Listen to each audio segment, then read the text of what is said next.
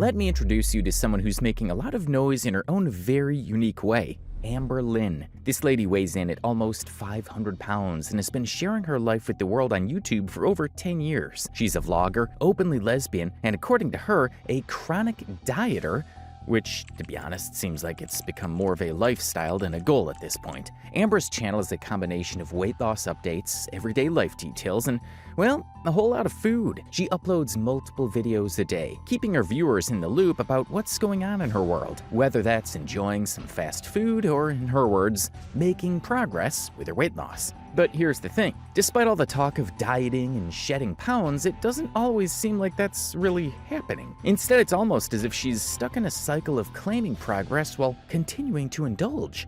It's kind of fascinating, though. She's built an audience that's not only there for the weight loss tips, but for the drama, the ups and downs of her journey, and honestly, the relatability. Who doesn't get sucked into watching someone struggle, especially when they're so open about it? But at the same time, it's hard not to wonder if she's lost track of her own goals. Is Amber truly working toward change? Or is this whole chronic dieter thing a way to keep her channel relevant, even if the results aren't showing?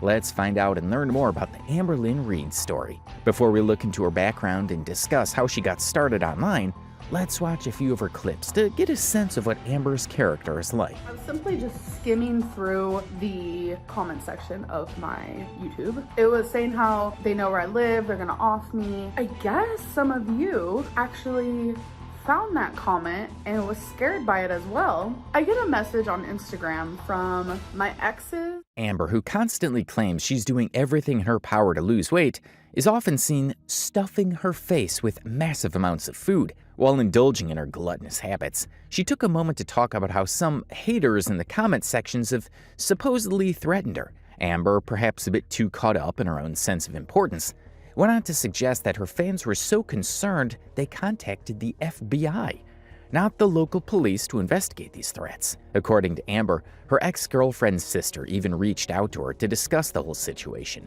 However, this claim was quickly shot down and dismissed by her ex, who denied any involvement or knowledge of such a conversation. Said your sister was contacted by FBI, Frank. That was a lie.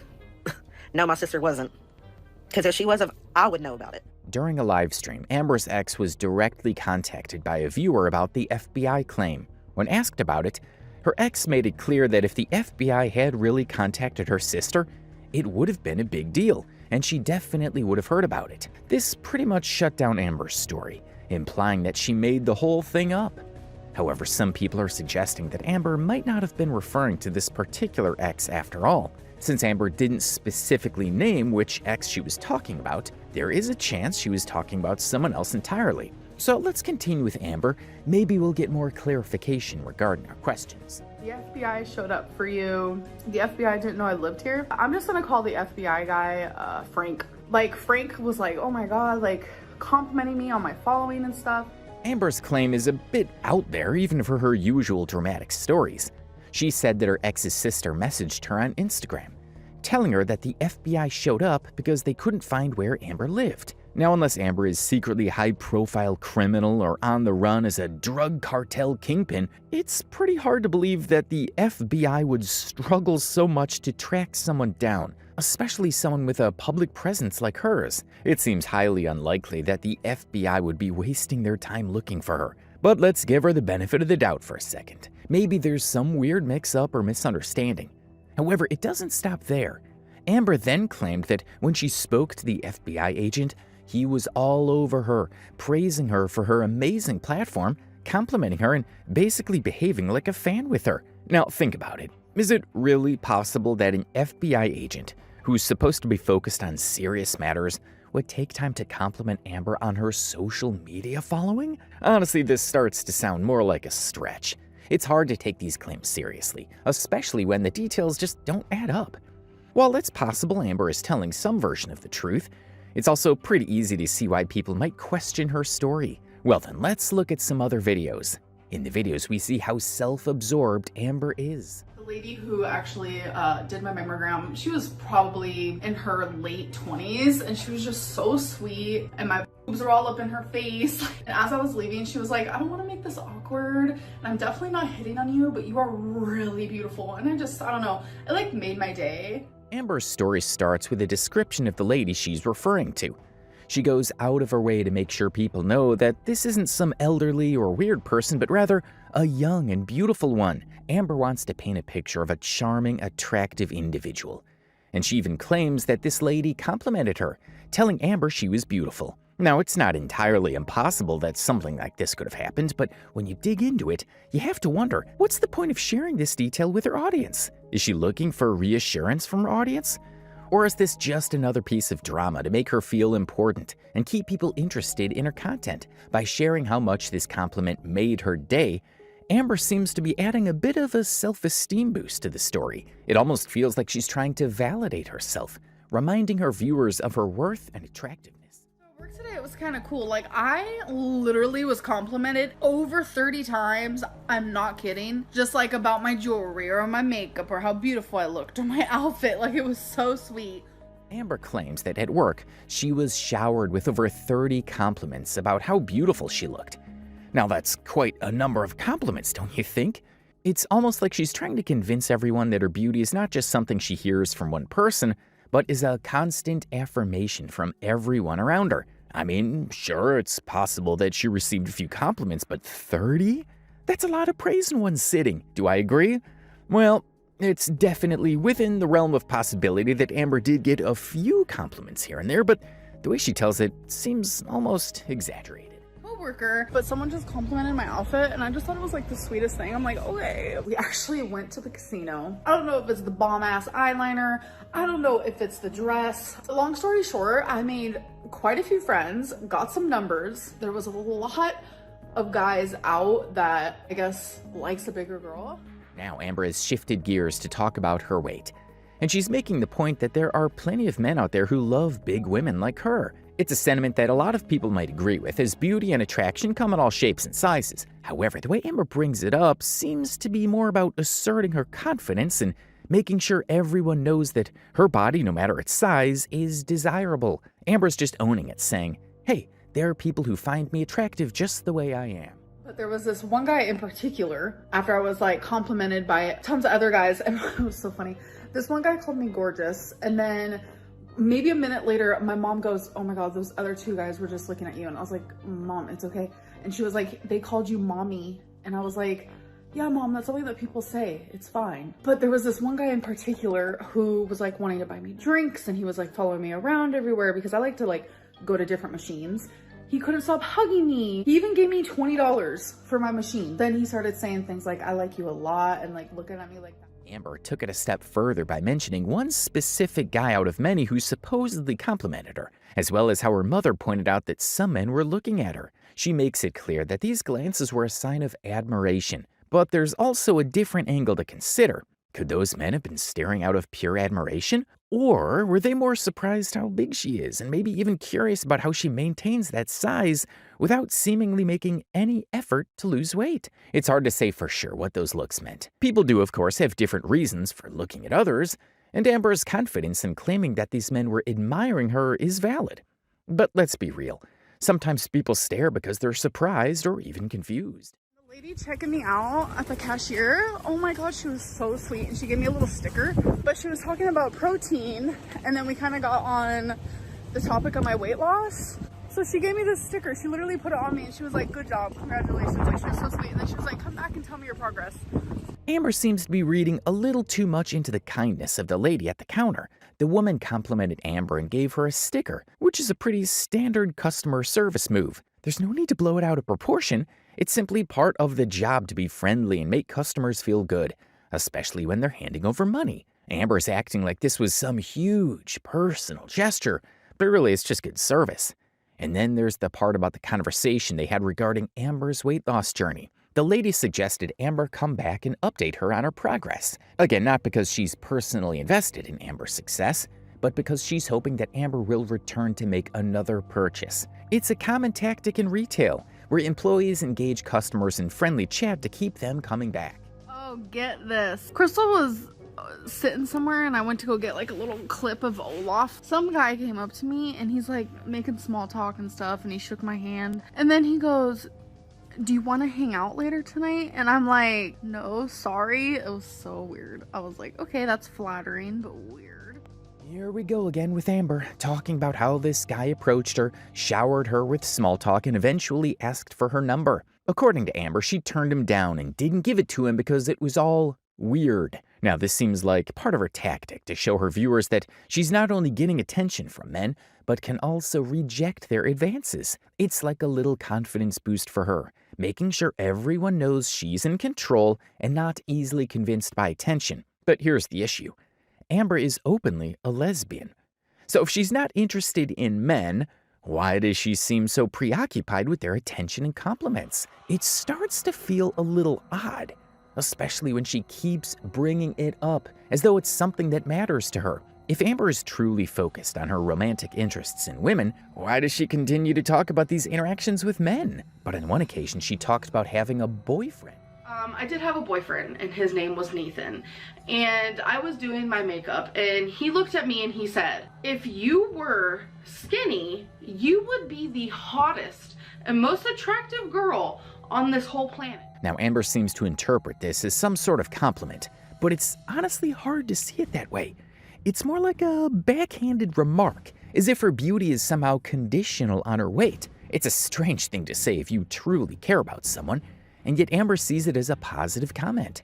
And here's another big problem. If Amber is truly openly a lesbian, as mentioned earlier, then it doesn't quite add up that she's telling stories about having a past boyfriend. Typically, if someone identifies as a lesbian, they wouldn't mention having relationships with men in their past, unless they were exploring their sexuality or perhaps identify as bisexual. If you're doubting that she claimed to be a lesbian, let's see this video to confirm. Nathan, hi. You asked if I would date you.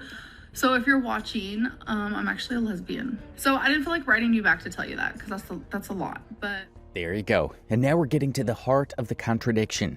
Amber was asked by someone in the chat, who surprisingly happens to share the same name as her past boyfriend, Nathan, if he could take her out. And her response? She said she couldn't because she's a lesbian. Well, that certainly complicates things, doesn't it? This directly contradicts the earlier story about her having a boyfriend. If she's so confidently claiming to be a lesbian now, why was she in a relationship with a man in the past? It feels like there's some inconsistency in how Amber is presenting her sexual identity. At this point, it's hard to know what to believe. If Amber truly identifies as a lesbian, it would make sense that she wouldn't be interested in dating men. But the past boyfriend story doesn't quite match that reality. So what just happened here is I had to click off because the guy that I said hi to, he complimented my hair, asked me what I was doing tonight, looked at the food in my cart, which at that point I was about to check out, and he was like, invite me over and I'll cook for you. I was like, someone just complimented my hair. I'm not mad about it. So the real issue here isn't whether Amber's stories are true. It's why she feels the need to constantly share them. Whether or not men are actually asking her out, complimenting her, or buying her things is almost beside the point. What stands out more is the fact that she seems to be endlessly seeking validation from others. It's almost as if she's trying to prove something to her audience, or maybe even to herself. There's no doubt that everyone likes to feel attractive and appreciated, but Amber's obsession with sharing these compliments and stories about her interactions with men isn't reasonable. To understand how Amber became the type of figure seen as a liar and manipulator, we need to go back in time and see how she started. This will provide a clearer idea of who she was and why she is the way she is today. Amber created her YouTube account in 2011, but she didn't post her first video until 2013. She began her YouTube journey with a video about her new weight loss journey, inviting everyone to follow along and share her experience. my name's Amberlynn, and I wanted to start a YouTube channel for weight loss. I see a lot of videos of other people doing it, and it's so motivating, and it's just something I'm really interested in doing. I'm not even sure what to say. I guess this can be like a little introduction. So my name is Amberlynn. I'm 22 years old. Here's where Amber shows her hand. It's something everyone should have been more cautious about from the start. She admitted that her decision to start her weight loss journey wasn't about the usual reasons, health, feeling better, or even personal improvement. No, her motivation came from seeing others getting a ton of attention, followers, and even money by sharing their weight loss journeys. Amber didn't want to lose weight for herself. She wanted to do it because it seemed like a way to gain something in return. Right from the start, this reveals a big flaw in her approach. Weight loss, or any kind of personal transformation, should come from a genuine desire to improve one's health, confidence, or well-being. It's Sunday right now, and today was nothing but eating horrible. I've been on a weight loss journey for a very, very long time now.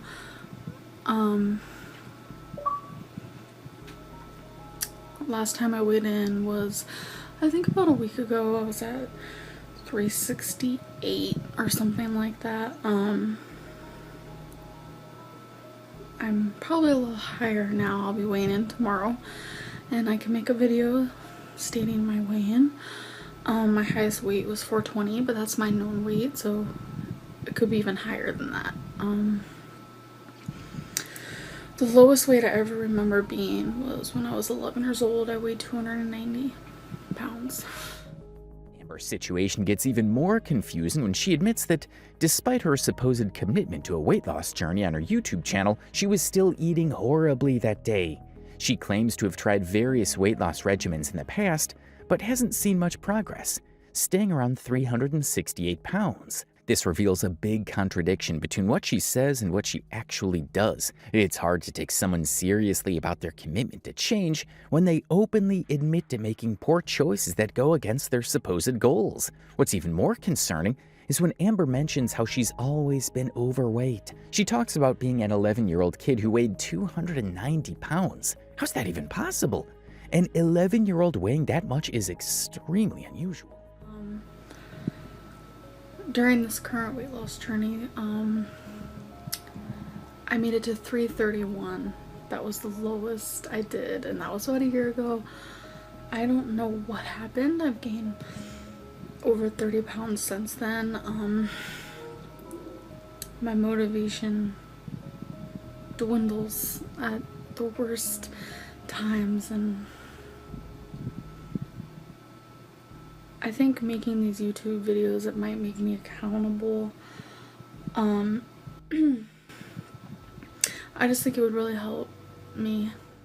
Amber seems to be following a familiar pattern here. She claimed that watching other people's weight loss journeys inspired her to start her own YouTube channel, thinking that putting herself out there would help her stay accountable. It seems like a reasonable enough idea. Many people do use social media to stay on track with personal goals, but it feels like she might be more focused on the attention and views than actually committing to real change. Over the next couple of days, she uploaded a few videos about her journey, talking about her progress and sharing her thoughts with her audience. I'm gonna change my clothes and then do my squats. Here we go. Alright, squats are done in real time. If I'm breathing a little hard, that's why. Okay, so I can tell you one thing. When I do these squats now, the front of my thighs hurt bad. So it could be two things. I'm doing these right and it's working, or I'm doing them wrong. I highly doubt I'm doing them wrong. But today is day 6 and I did it, so that's all that matters.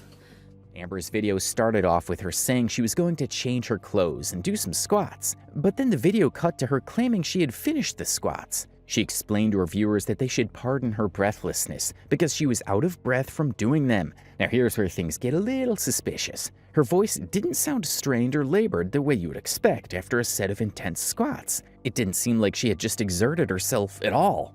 But the real deal is that Amber wasn't even sweating, not a single drop. Anyone who's ever done a decent set of squats, especially someone with a body mass like Amber's, knows that those muscles work hard, and the body typically responds by sweating. Understanding Amber's background is important to understanding who she is today.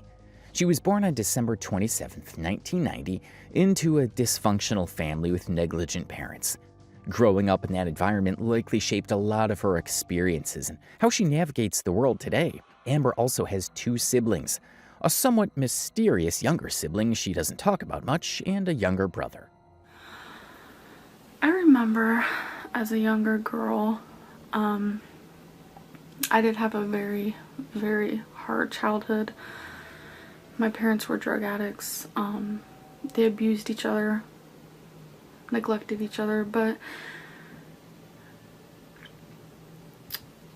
it's not just about the negative things in my life. I can remember the positives. We'd go camping, and I loved the outdoors as a little girl. I was actually called the golden child because I was so tan. I was always on my bike, I was always swimming, and I was always chubby then too, but I didn't care. I went out and did things that little kids did. But as I got older, I started realizing more so that my parents weren't like normal parents. Their location of using drugs was in the bathroom, so every time I'd go in there, I knew that when they came out, they'd be a different person. It wasn't a good way to live, but I feel like it did make me stronger in a way. Amber shares that her childhood was very, very hard, with parents who were drug addicts and abusive toward each other, leading to neglect. Such a troubled environment would leave emotional scars. As Amber grew older, she began to realize her parents weren't normal and that their drug use changed them into different people. That realization likely brought confusion and fear, but she reflects that living in such an environment made her stronger. I went through a lot. When I was 8 years old, my mom said that she was pregnant with her third child. I already had a brother, and he's younger, so I'm the older child, and I was really happy. I was thrilled, actually. I knew she was doing drugs with him. Any 8-year-old wouldn't have a clue, but I had to grow up. I had to, in a way, be my own parent. So when my brother was born, he was so adorable, and gosh, I loved him. As days went on, I did kind of take the role of being a parent in a way. Growing up in such an environment would definitely impact a child's psyche. While her parents were present in some ways, their drug addiction was the major issue Amber faced with them. The drugs created instability and confusion, overshadowing any positive aspects of their presence. I still remember one time in particular when my parents were on so many drugs that they were like passed out. My baby brother was crying, and I wasn't sure why, so I went into the room of where they were, and it was because his crib was by a curtain, and the curtain string was wrapped around his neck. I will never forget that day as long as I live. Even now it's emotional for me. His face was purple, he was screaming, crying, and to put it shortly, I had to save his life, and I did. And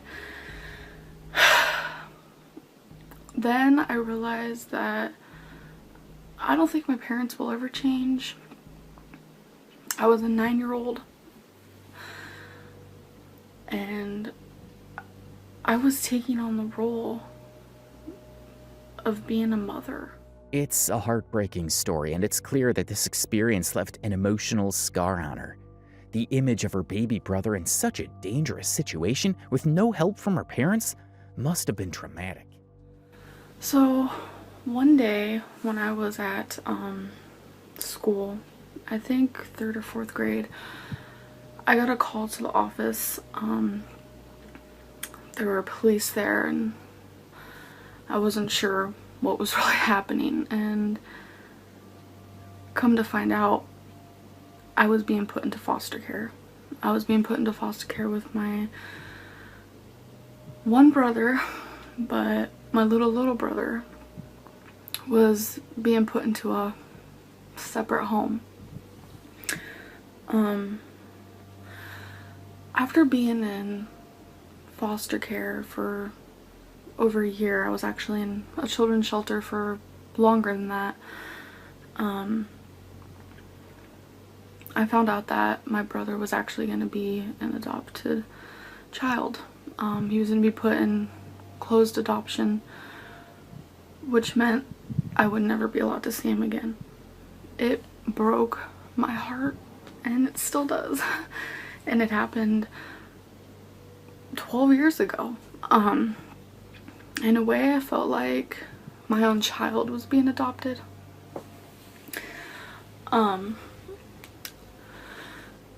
So it was just a hard time for me.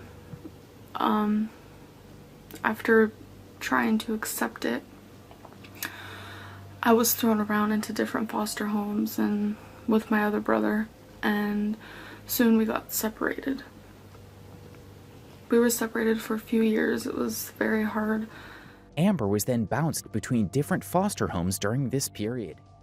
A lot of the time I felt alone and just confused with life. When I turned 12, my parents finally decided to get their act together, and we went to court and we had a 6-month trial to live with them. And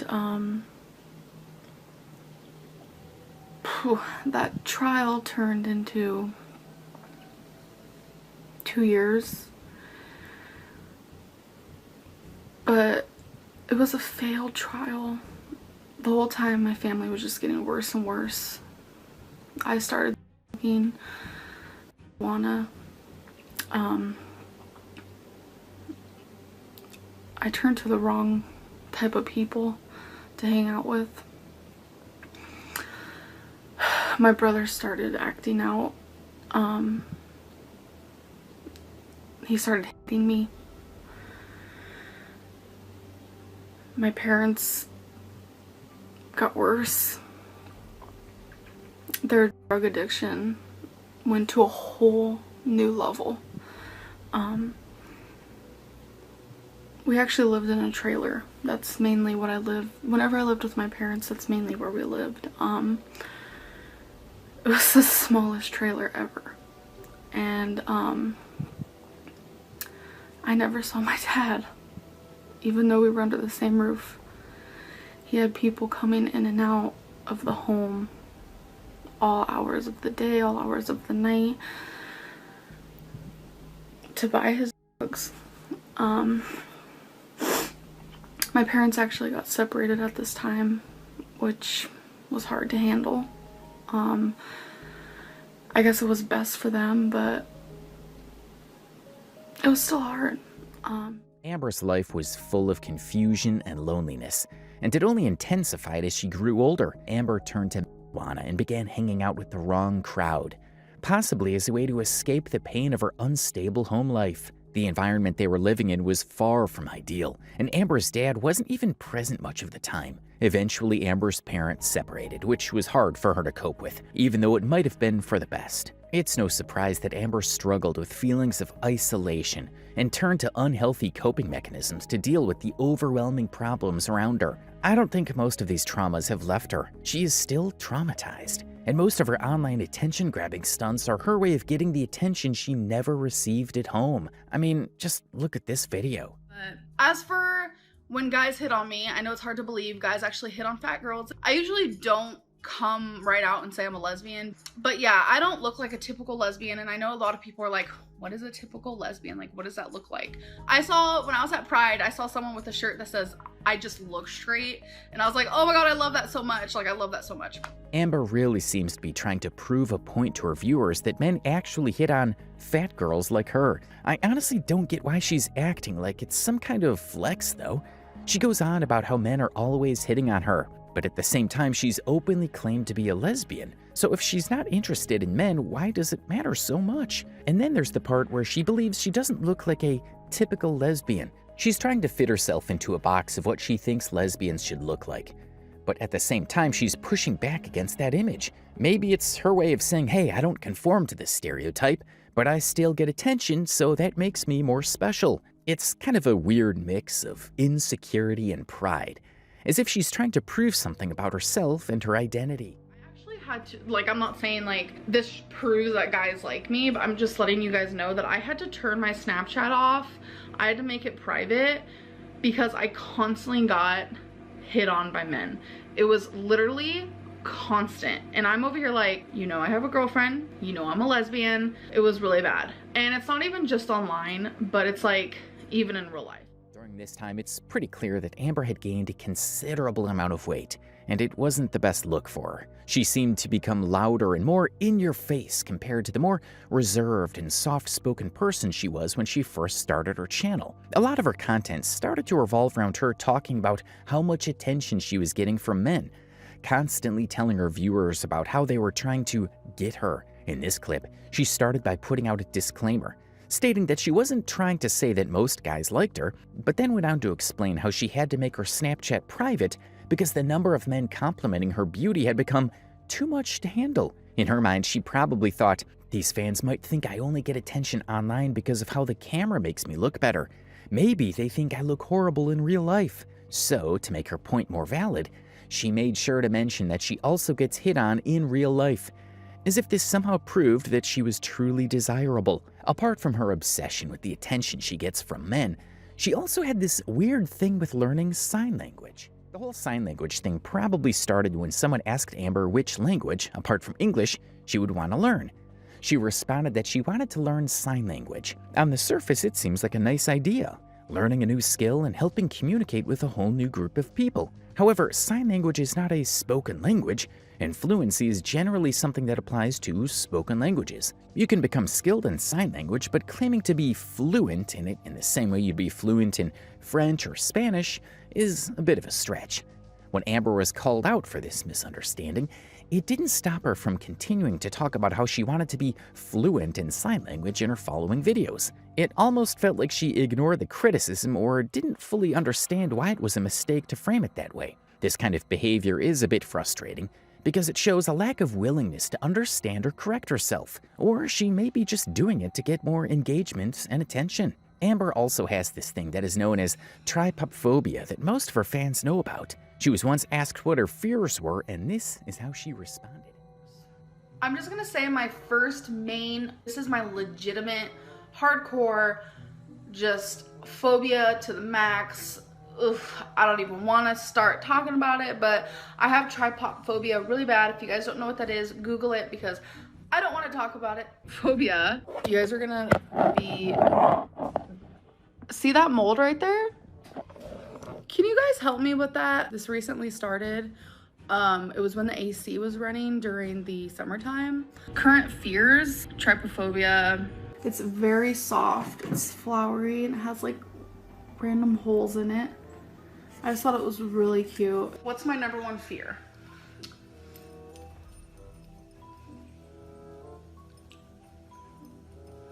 Being alone. No, trypophobia. Amber revealed that her biggest fear to this day is something called trypophobia. She was so embarrassed by it that she couldn't even bring herself to explain what it was, telling her fans to look it up for themselves. Now, trypophobia is a fear of small holes or clusters, like the ones you might see in a honeycomb or a lotus seed pod. For some people, these patterns trigger feelings of discomfort or even disgust, which makes it a very real and unsettling fear. It's interesting that Amber was so embarrassed about it, especially since it's something that's actually more common than people realize. The fear is often linked to the brain's reaction to patterns that feel unnatural. So you're wondering, what am I having a food aversion to right now? These. It's like these salami sticks, and you get so many for a serving that it like satisfies me and I don't feel triggered while I eat them. But I opened it and there was just a bunch of like white dots on it, and I'm pretty sure it was just like the fat from the salami coming out and like dots, and I don't do dots, and it was just all over, and I was like, oh my god.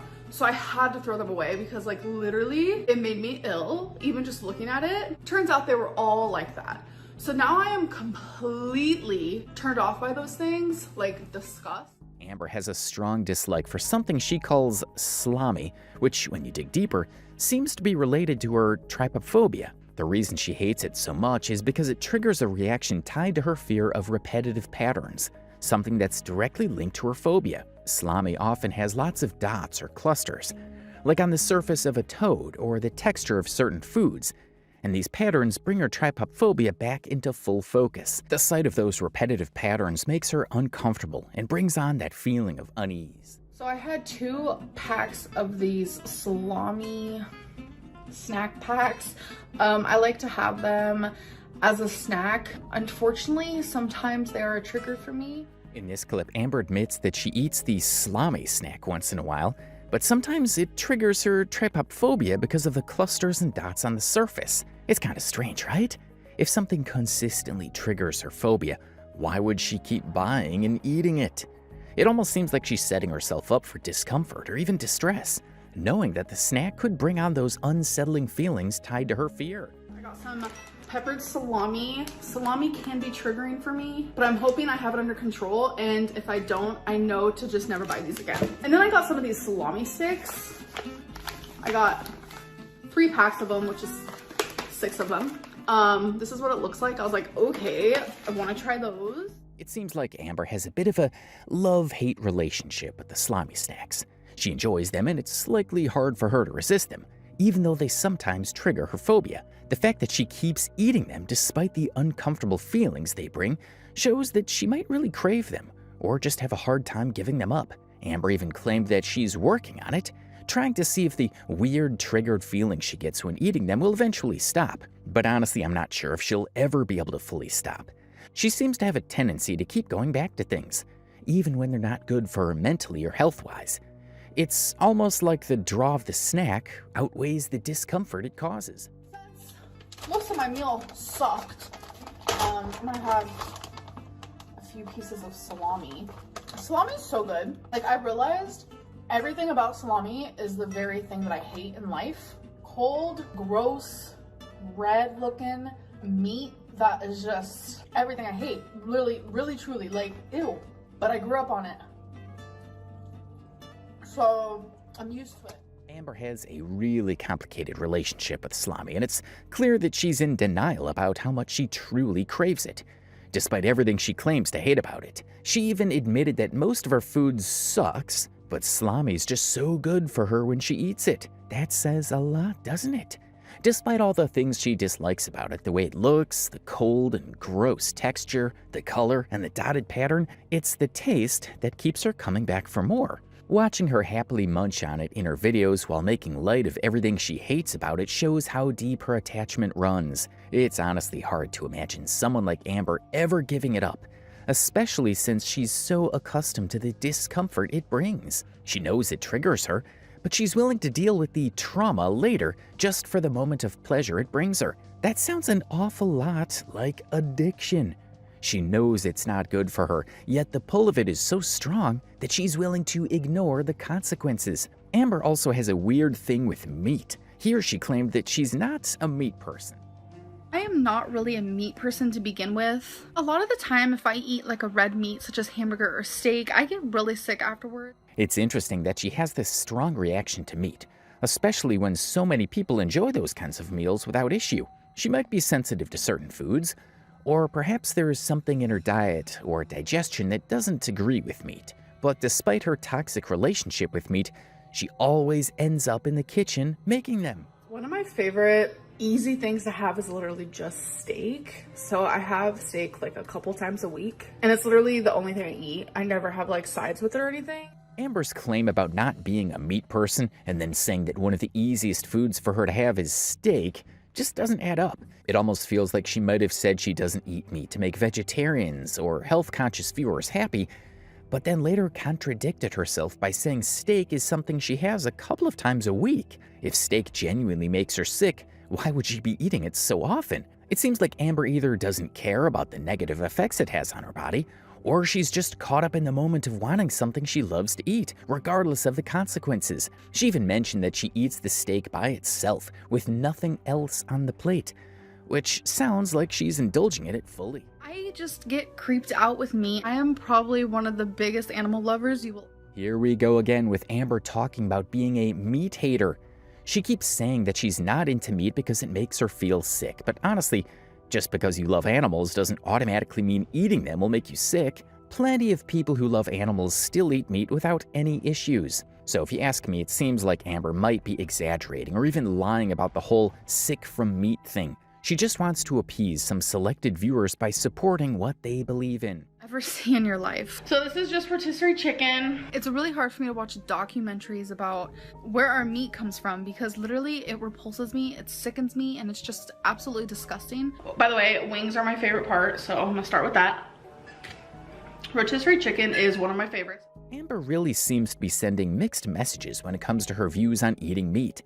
She's mentioned how disgusted and repulsed she feels when watching documentaries about how animals are treated in the meat industry, saying it sickens her. Fair enough, many people feel uncomfortable about the realities behind food production. But then in the very same breath, we see her sitting in front of a big plate of fried chicken, happily eating it. Vegetarian wouldn't be that hard for me because I eat meat. I'm not the biggest fan of meat. Meat kind of creeps me out. Amber's behavior is starting to reveal a pretty clear pattern. Despite all her talk about not being a fan of meat and claiming that she's open to the idea of being a vegetarian, she's still eating massive amounts of it. The contradiction here is hard to ignore. She's just trying to convince herself or her audience of something that doesn't quite align with her actions. It doesn't matter what Amber says she believes in, whether it's being a vegetarian or staying away from certain foods. If something tastes good to her, she's going to eat it. It's like her taste buds override everything else. And honestly, that's okay, but it would be a lot more refreshing if she just owned it instead of trying to justify her choices. If you're asking why she behaves the way she does, here is your answer. Shots fired. I swear humans are walking hypocrites. It's so funny. I'm a walking contradiction. I'm a hypocrite, and that is why all of you watch me, because I am a freaking mess. And yes, she's right. Amber knows she's a mess.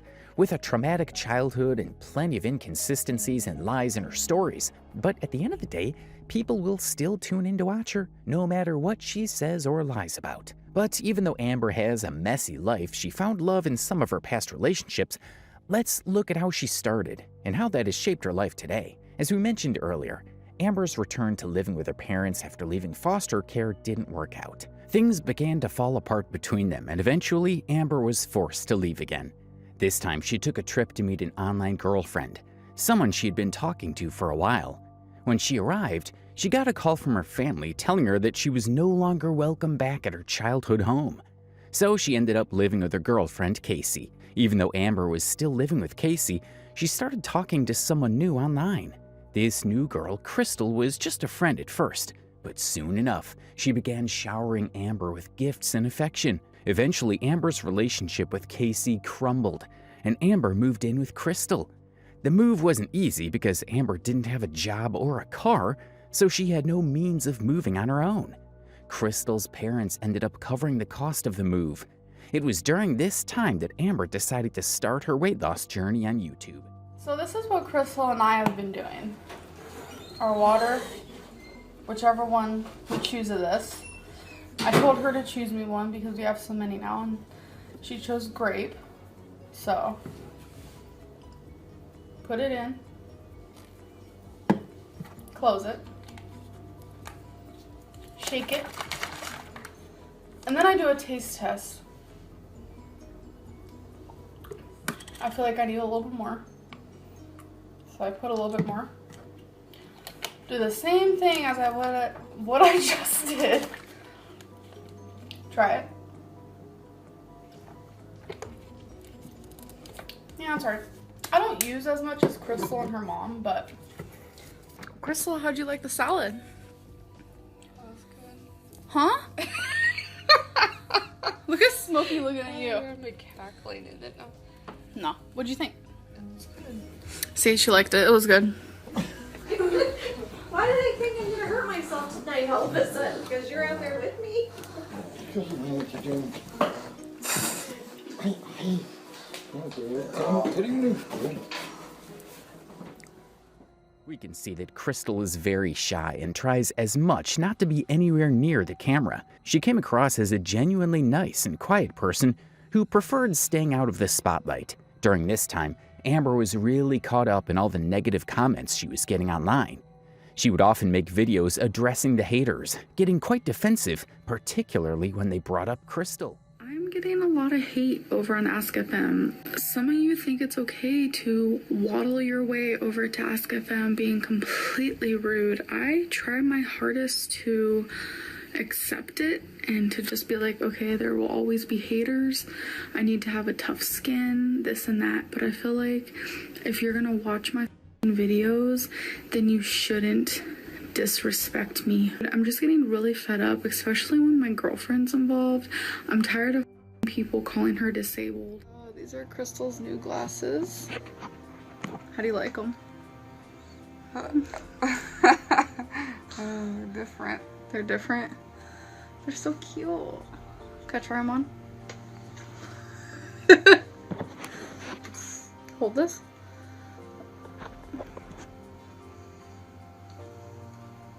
Whoa, they're definitely big. Like this way. You are so blind. I cannot see myself whatsoever. So do you want to end the vlog now? Sure. So before we end the vlog, I'm putting Crystal on the spot and I want you to tell them one fact about you.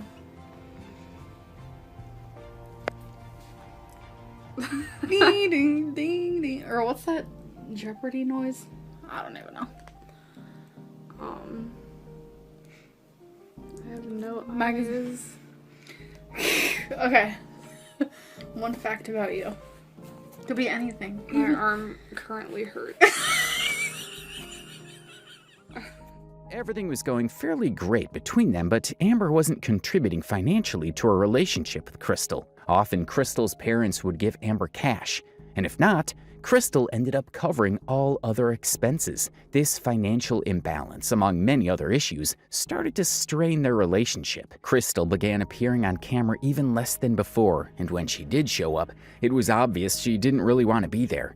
It seemed like Amber could feel the tension as well. Noticing that something wasn't right, there were a few signs that things were off, like Crystal choosing to sleep in a different room because Amber's snoring had become unbearable.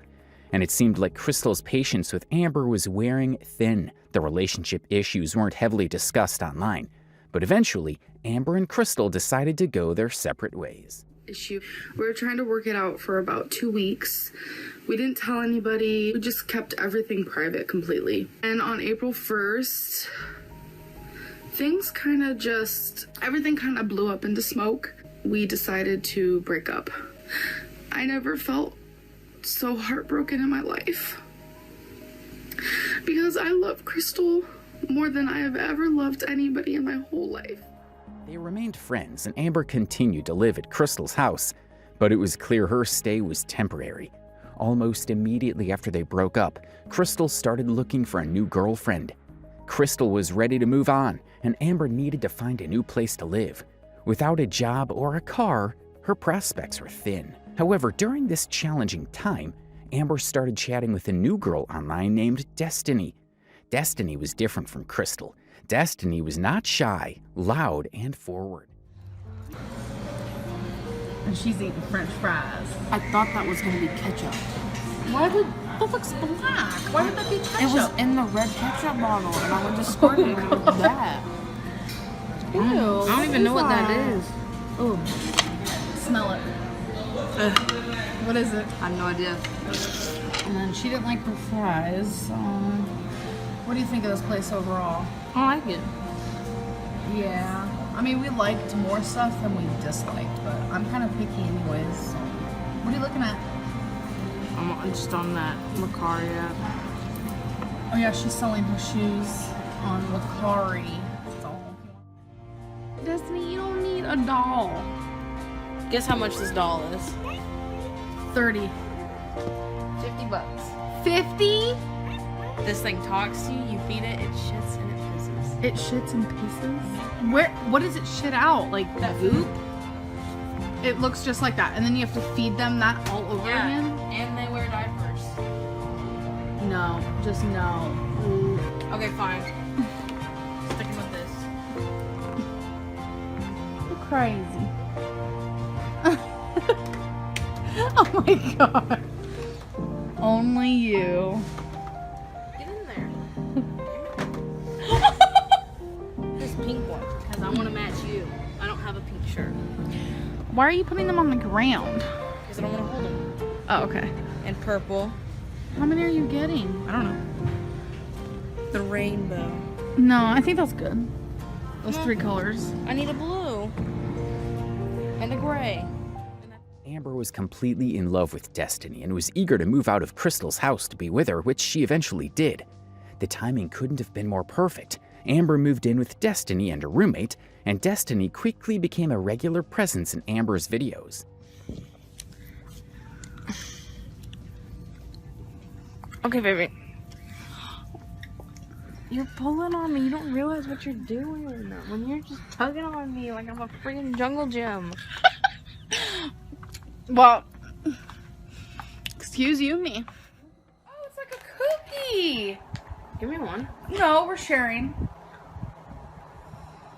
That's wrong. You like it?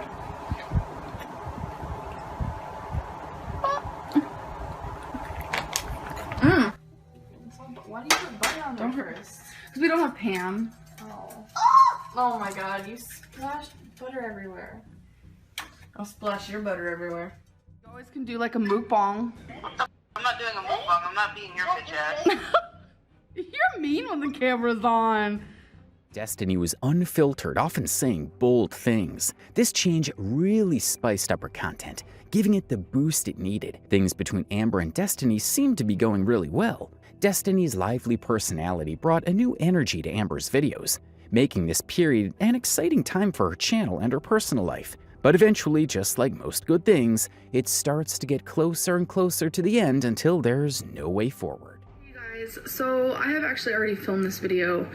It was over 18 minutes of me just, I feel like it was me making a fool out of myself. I did nothing but cry the whole video, hence why my cheeks are so red right now. Why is Destiny's Facebook say that she's single? Why aren't you on her profile picture? Like, what is happening? On January 13th, ironically enough, it was actually Friday the 13th, Destiny broke up with me.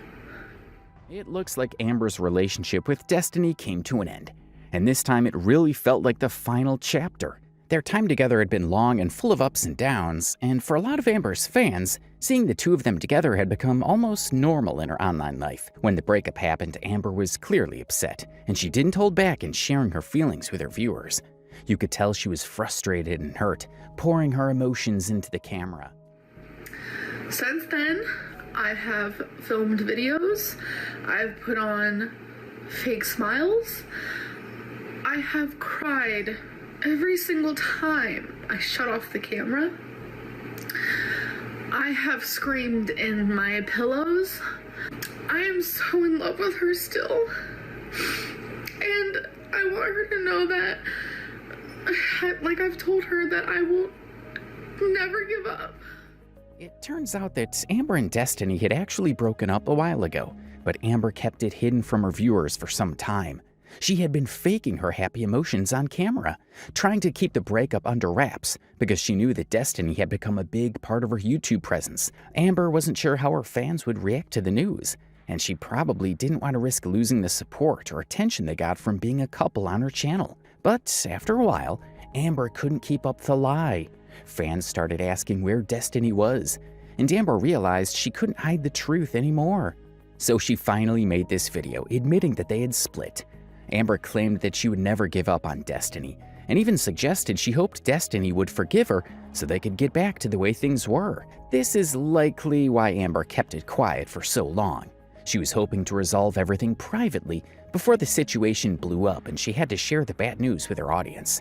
The whole situation left a lot of people questioning Amber's motives. Was she with Destiny because of the genuine connection they had? Or was it more about the value Destiny brought to Amber's YouTube platform? Destiny's about to leave me. But how did we get to this point of breakup? Let's rewind a few months before the breakup to see if we can trace the signs. Baby, what are you doing with these straws? Why are they on the counter? I don't know. Ew. What'd you need tweezers for, huh? Pluck my man hairs, okay? Not much to know. I get this one black hair right here and it's really annoying. I was just wondering. I told you, hurry up. The tension was there. Destiny seemed fed up but tried to act cool to the camera. Amber was a little pushy and can be very annoying. If my home had this lighting, I would literally just stare at myself 24/7 because flawless, slay, kills, yes, Beyonce. No one is even here. This clip really sums up the tension between Amber and Destiny. The two of them were out, having what should have been a quiet, intimate moment, but Amber couldn't help herself. She started complimenting the lighting inside the building they were in, completely ignoring how Destiny seemed to be disinterested and uncomfortable. It was clear that Destiny wasn't exactly on board with Amber making a video at that moment. Yet Amber was persistent, focusing more on her YouTube content than on the actual time they were supposed to be spending together. What made it even more frustrating was Amber mentioning that she hoped to have lighting like that in her home. Amber doesn't have a home of her own. She was living with Destiny at that time, so it kind of came across as a dig at Destiny's place. It's as if Amber was implying that Destiny's home didn't meet her standards when it came to lighting. But with Destiny being the nice person, she decided to play along. It's an apocalypse is happening. Are you judging? No. If an apocalypse was to happen, we have pillows and those are blankets. And then that's a little racetrack when we get bored. And then there's some cookware there. I don't know what we would cook though. I mean, there's plenty of groceries over there. And then that's all the ads seen on TV stuff. I'm gonna look at that. Amber asked Destiny what her reaction would be if the apocalypse started and they were stuck in the mall. Destiny gave her reasons why where they were was good for them, but tried not to make eye contact with Amber or the camera before she took off and left Amber sitting. You are buying so much presents and gifts not to spoil your girlfriend but to make sure she doesn't leave you. This is something that is insane to me. Destiny's about to leave me. This is the most common thing that people are saying, that I'm trying to validate or keep the love. I bought Destiny and her family lots of gifts because they deserve them. This video was just 2 days before the breakup, and people on Amber's live videos already picked up on the tension between her and Destiny. At this time, there was another lady called Dana who constantly texted Destiny. Viewers could clearly see the distance growing between the two of them, but Amber stayed in denial, acting like everything was fine, as if nothing was wrong. In an effort to hold on to Destiny, Amber started buying a ton of gifts for Destiny and her family, hoping it would somehow keep her relationship intact. Amber claimed she was buying these gifts because Destiny and her family deserved them, but honestly it seemed more like a desperate attempt to buy her way into fixing a relationship that was already falling apart. The truth was Destiny had likely already checked out emotionally, and no amount of gifts could change that. Hi. Hi. I'm vlogging. So we're looking at home. By this point, it seemed like Destiny had really had enough of Amber's camera obsession. Amber would pull out her camera for just about anything, even the most normal moments. She couldn't enjoy any private time without sharing it with her audience. And when you look at their faces in these videos, you can see the lack of interest. Destiny looks completely disengaged, probably tired of being part of Amber's content machine.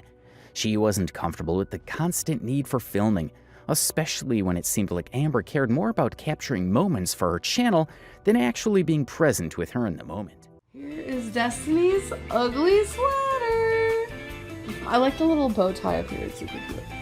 She's having a ugly sweater party contest type deal. Comfortable too. I mean, yeah. Okay, you have to let me know who wins and stuff. Probably won't be me. Whoever wins, you need to take a picture of their sweater so I can see what it looks like. Destiny's gonna get a haircut. Oh yeah. This is my favorite length on her, but she likes it shorter. Okay, so Destiny's getting her haircut right now, and I have to keep reminding myself that hair grows back, but I was just watching it happen, and I think she's cutting it too short, and I think Destiny's too shy. When Destiny was getting a haircut, Amber became noticeably concerned when her barber started cutting it shorter than she expected. The thing is, the barber was simply following Destiny's instructions. But Amber couldn't help but voice her disapproval, saying the hair was getting too short. It's moments like this that show Amber's tendency to focus more on how things affect her rather than celebrating or supporting Destiny's choices. Instead of being excited or supportive about Destiny making a change that she liked, Amber seemed more concerned about how it was affecting her perception of Destiny's appearance. Claiming that Destiny was scared to tell the barber that it was too short, Amber could have been more discreet and positive about the situation. I'm like freaking out for her right now. I had to step away because I was like so nervous that it was like giving me anxiety. Oh my god. Oh, your haircut. Yeah, it looks really good. Destiny loves it. Amber really seemed to be making things up in her head about Destiny's haircut, just because she didn't like it. The reality was that Destiny loved the cut and it was exactly what she wanted. But Amber's reaction was all about her discomfort with the change, not about supporting her girlfriend's choice.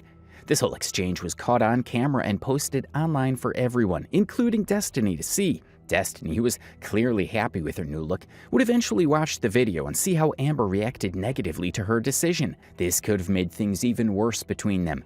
It's one thing to have a disagreement in private, but sharing it with the world like this puts unnecessary strain on their relationship.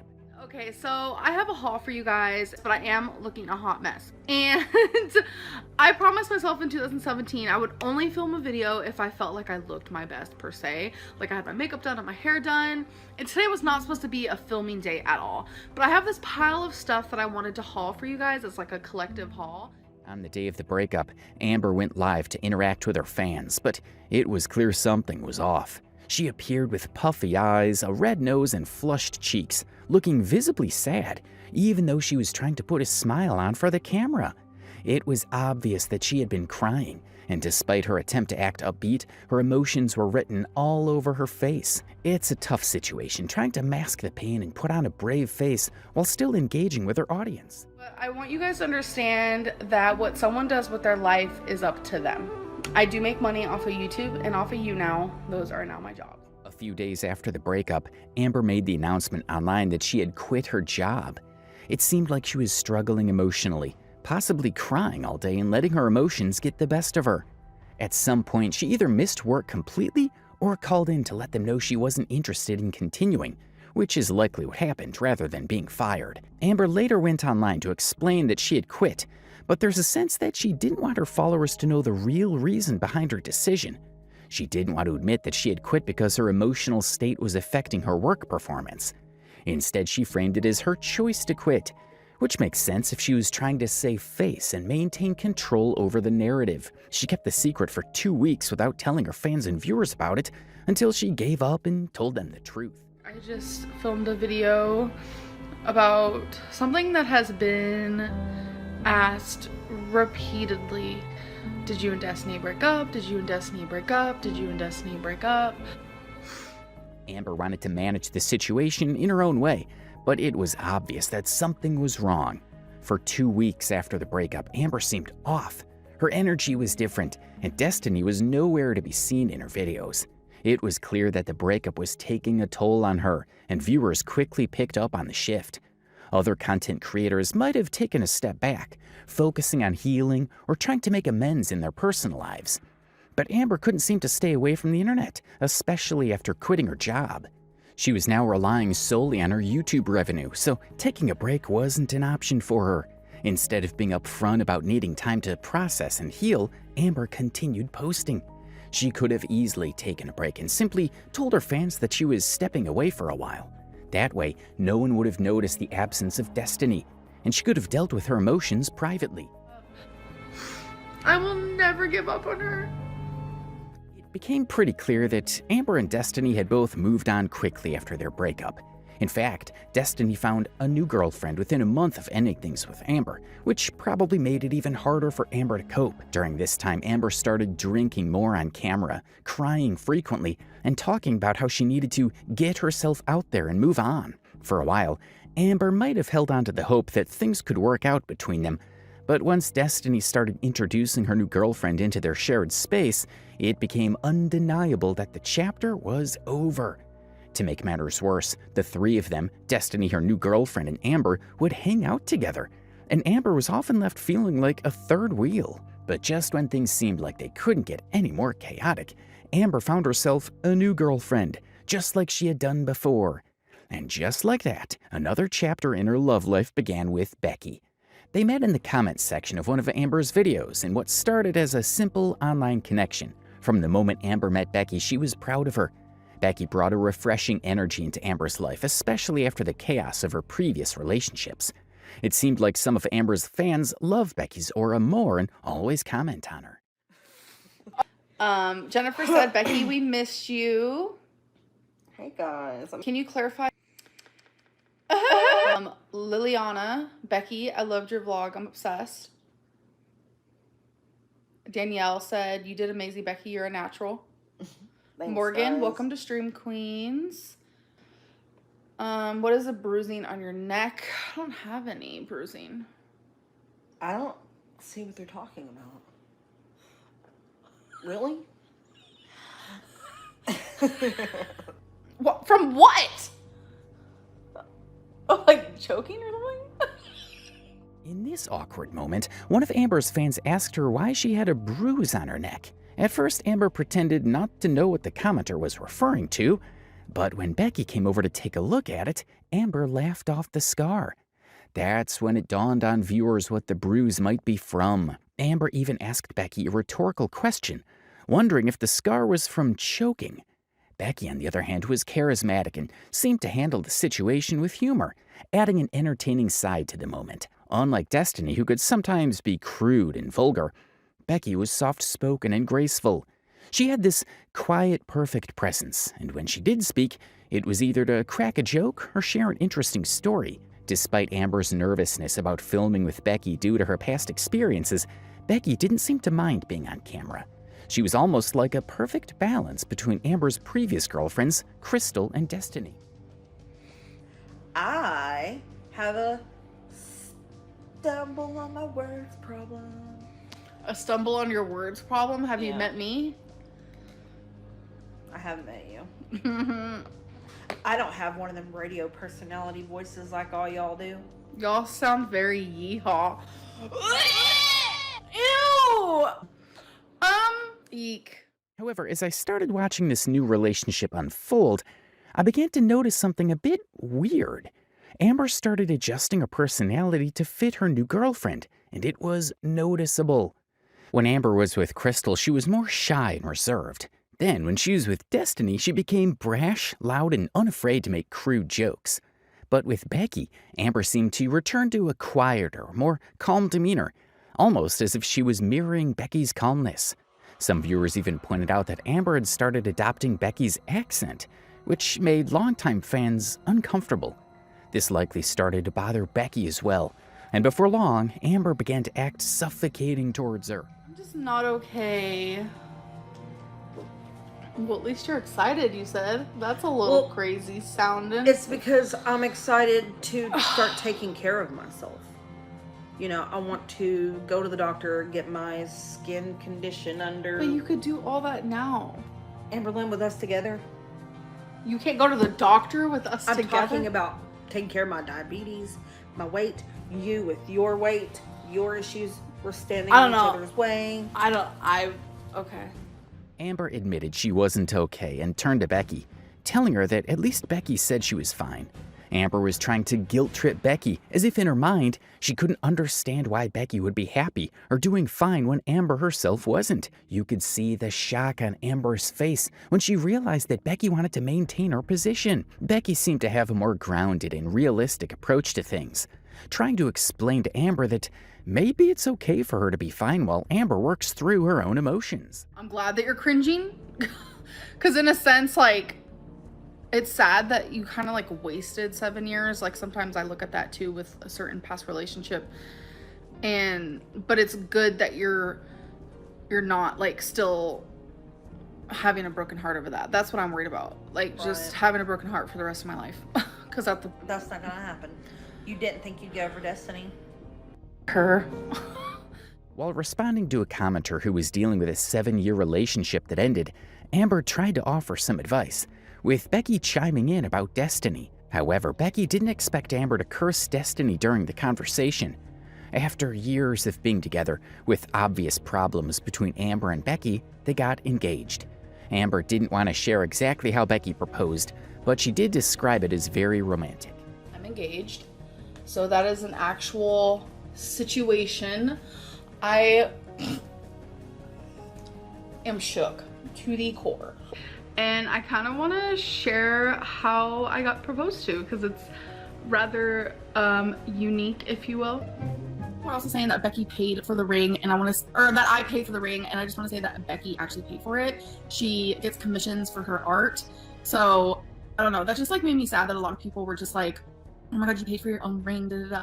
Some viewers were quick to see through Amber's sneaky ways and called her out when she claimed that she hadn't bought the engagement ring for herself. Amber, however, stuck to her story, insisting that it was true and giving her reasons for why it happened, even though Becky wasn't there to confirm her side of the claim. However, it would later come out that Amber actually paid for the rings herself and essentially pressured Becky into the whole thing.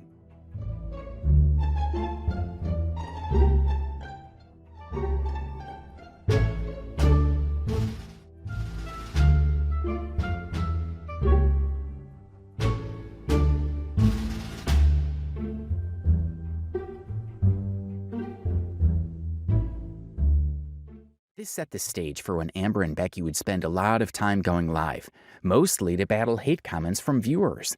It was clear that Amber was using these streams to defend herself and try to keep things under control, but it only seemed to cause more drama. Becky had started growing tired of being Amber's caretaker, and at one point, she tried to break up with her.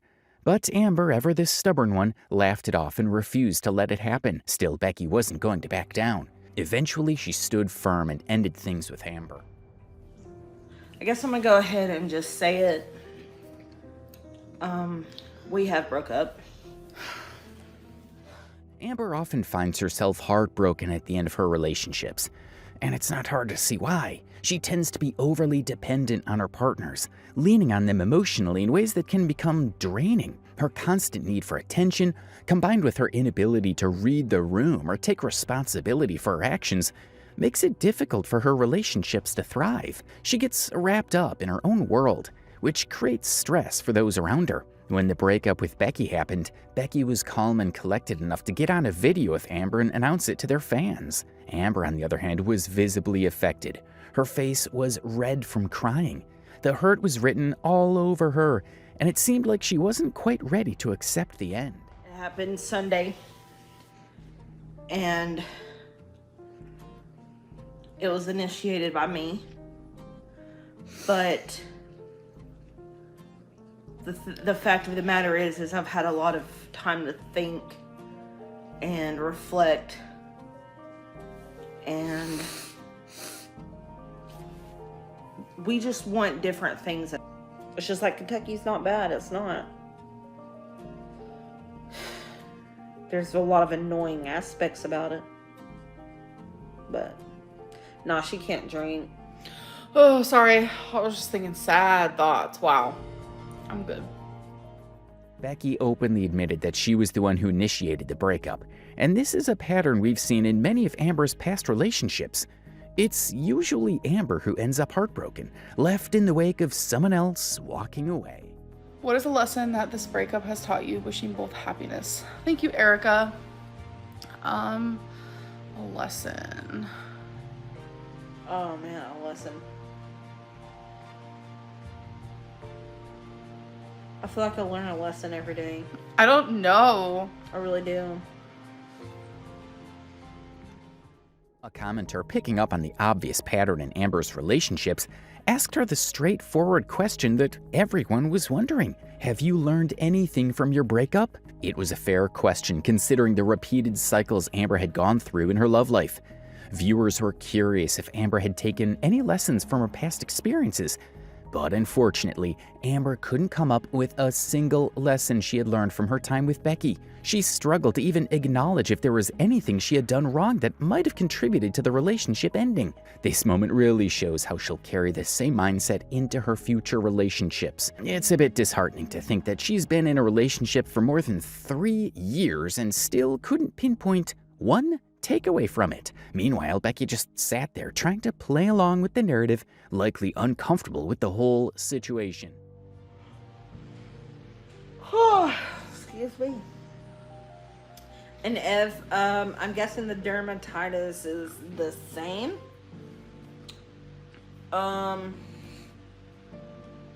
It's just really on my arms. Yeah. No, honestly, I don't know. A lesson I've learned is like, I don't know how to word it. How do you word it? What? Like, I thought we were forever and like you blindsided me. Who said that? It became pretty clear that Amber was trying to paint Becky as the villain in the breakup, subtly manipulating the situation to make it seem like Becky was the one who did something wrong. Amber tried to position herself as the victim, as if the whole thing was a complete surprise to her, when in reality, it seemed like she wasn't willing to take any accountability for the way things had unfolded. I did. Oh, are you still on the lesson thing? one? Like, what is a lesson in that you can't trust everyone? I don't know. Even though Amber tried to laugh off the situation, it was clear that Becky wasn't finding it funny. She could see exactly what Amber was trying to do, shifting the blame and trying to manipulate the narrative to make herself look like the victim. Becky wasn't buying into it, and her discomfort was pretty obvious. It seemed like Becky was only sticking around to make sure Amber was okay after the breakup, probably out of a sense of responsibility or caring. But deep down, Becky knew that the best thing for her and for Amber was to give her some space. Once Amber had healed enough to be on her own, Becky would likely distance herself from the situation, understanding that Amber needed to work through her emotions and find her way forward. If I felt used right now, I would literally get in my car and just go back where I just come from. So, and not only that, but it's like, why would she want to stay my friend? Why would her family want me to stay a part of their family if I abused Becky? Because Becky's mouth, now that we're friends, we can throw shade in certain ways. She has a big mouth. Everyone knows that. That's something you guys might not know about her. If I was abusing Becky, trust me, her family would know, friends would know. Like, her family and friends know all about her past relationships. Like, my sister has went through an abusive relationship, like literally to the point where he beat her unconscious. So why would I stay in a relationship where I was feeling that way too? Well, I'm just saying friendship relationship. Why would I stay with someone who treated me like that in life? Yeah. As the situation unfolded, many commenters began to notice Amber's attempt to manipulate the situation and started accusing her of being verbally abusive in her relationship with Becky. They speculated that Amber might have hurt Becky with harsh words or emotional manipulation. However, Becky quickly defended Amber, saying nothing like that ever happened between them. While it's hard to say for sure, I personally don't believe Amber has it in her to be that kind of person, at least not intentionally. But what was refreshing to see was Becky standing up against the false accusations, showing that breakups don't have to end in violence or verbal attacks. It's nice to see that even after their relationship ended, Becky had the maturity to defend Amber's character. Amber, being as cunning as she could be, looked for the right comment to read out loud, hoping it would shift the entire situation in her favor. One commenter asked why Becky didn't try to communicate her feelings or resolve the issues in the relationship before just abruptly telling Amber she wasn't interested anymore. Amber, eager for some sort of validation, glanced at Becky, clearly hoping that she could provide an answer that would support her side of the story. Becky went on by saying that the breakup felt very random and that she didn't expect it to happen. However, this felt like a bit of a stretch. In all likelihood, Amber should have seen the signs, just like she had with her past relationships. There were probably hints that things weren't right, but Amber either didn't want to acknowledge them or simply didn't try to make amends. She was at her family's for the weekend. Everything was fine on Friday. You know, calling me babe and text messages, like everything was normal. Woke up on Saturday and like was just really weird. I felt like there was a weirdness, and I don't know, there was no arguing. We didn't argue, nothing. And she was like, what did you say? Something like, we need to talk. I've been thinking about this for a while, or something like that. And I was like, oh, that's fun. So for me, it did come out of nowhere for sure. But I mean, here, we had a really bad fight. We did. We had a bad fight. Not this past Monday, but the Monday before. We woke up. Before we broke up, by the way. Yes, this is before we broke up. A week before, pretty much. We woke up. We argued to the point where we were both tired again. So we went back to sleep from waking up. And then we slept up until it was dark outside. And then we woke back up again and got into another argument. And we did make up. And we did say we were sorry, and this we is did the hug, part. But it's just like, Amber continued to tell her audience her version of the breakup, claiming that everything seemed fine the day before the breakup, as if the relationship was in perfect shape. But Becky wasn't having it. She quickly jumped in to clear the air, saying that things weren't fine at all. In fact, they'd had a really big argument recently, which was a huge part of the tension leading up to the breakup. When Amber realized that her version of the story wasn't going the way she wanted, she tried to interrupt Becky, probably in an attempt to change the narrative back in her favor. But Becky didn't back down. She continued speaking, refusing to let Amber control the story. the way I talk to you and the way you talk to me. This is the part where I found really confusing, because we ended the argument And a hug. in a hug Yeah, we and did. understanding of one another. Because what started the argument was me telling her how I felt. And it would happen a lot. I would tell her how I felt, and we would argue. That's also something that shouldn't happen. But it was something that I accepted. Like I said, we both have our own bad things that we did in the relationship, you know? And I always wanted to talk about how I felt, because I just felt like that's important. And then it just got into this big argument, but by the end of it, we understood each other and hugged and stuff. But her mind went somewhere completely different, and I didn't know about it. It went somewhere dark, where my mind went somewhere light, which is weird because I journal every single day. And I go back and look at the entries from that day and the day after, and Becky and I were on two completely different pages. I was very positive and hopeful and stuff like that, and the whole time you were thinking about breaking up with me. I don't want to cry, but that's like sad, you know? It is. It's so crazy. I mean, I'm not breaking up with you because it's fun or anything. Like, come Are you on. just having the time of your life? Jesus, no. You're not having fun? Amber eventually admitted that both of them had made mistakes in their relationship. However, she quickly went back to claiming that after their fight, everything went back to normal. But it's not always that simple. You can't just snap back to normal after a fight, especially if one person isn't willing to be accountable for their actions. It takes more than just words. Real healing and resolution require both parties to acknowledge their wrongs and work through the issues, not just pretend everything's fine. And with that, we saw the end of Amber and Becky's relationship. But there was still more exciting news to come later in this video. However, let's take a moment to look at some of the reasons why Amber always seems to struggle with being in a relationship and why she gets so much hate online. Okay, so for my whole life growing up, my mom had this like secret family. It was her mom and her sister. It was her stepdad. It was her actual dad. It was my first cousins. It was just all these people. And